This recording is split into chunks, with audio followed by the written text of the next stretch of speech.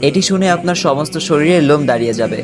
কোরআন প্রেমী এক মেয়ের কাহিনী। একটা মেয়ে ছিল, সে পবিত্র কোরআন পড়তে খুব ভালোবাসতো। সময় পেলেই কোরআন তেলাওয়াত করত। তার ব্যাগে সবসময় ছোট একটি কোরআন থাকতো। গাড়িতে বসেও সে কোরআন পড়তো। তার তেলাওয়াত এত মধুর ছিল যে কোনো পাষাণ ব্যক্তি মন গলে যেতে পারে। রাতে যখন ঘুম ভাঙতো তখনই কোরআন পড়তে শুরু করত। একদিন মেয়েটি মারা যায়। মা তার আদরের মেয়েকে হারিয়ে পাগলের মতো হয়ে যায়। একদিন রাতে মা তার মেয়েকে স্বপ্নে দেখে ঘুম ভেঙে যায়। হঠাৎ তার মা তার মেয়ের রুম থেকে কান্নার আওয়াজ শুনতে পান। তিনি ভয়ে সেই ঘরে যাননি। পরের দিন সকালে তার বাবাকে জানান, কিন্তু সে বিশ্বাস করে না। পরের দিন রাতে তার মা আবার সেই কান্নার আওয়াজ শুনতে পায়। তারপর তার বাবাকে বলে, বাবাও শুনে সেও ভয় পেয়ে যায়। তারপর সকালে এই ঘটনা মসজিদের ইমাম সাহেবকে বলে। তারপর ইমাম সাহেব এই ঘটনা যাচাই করার জন্য ওই মেয়ের বাসায় এক রাত থাকে। রাত একটা বাজতে না বাজতেই সবাই সেই কান্নার আওয়াজ শুনতে পায়। মনে হচ্ছিল অনেকে মিলে কান্না করতেছে।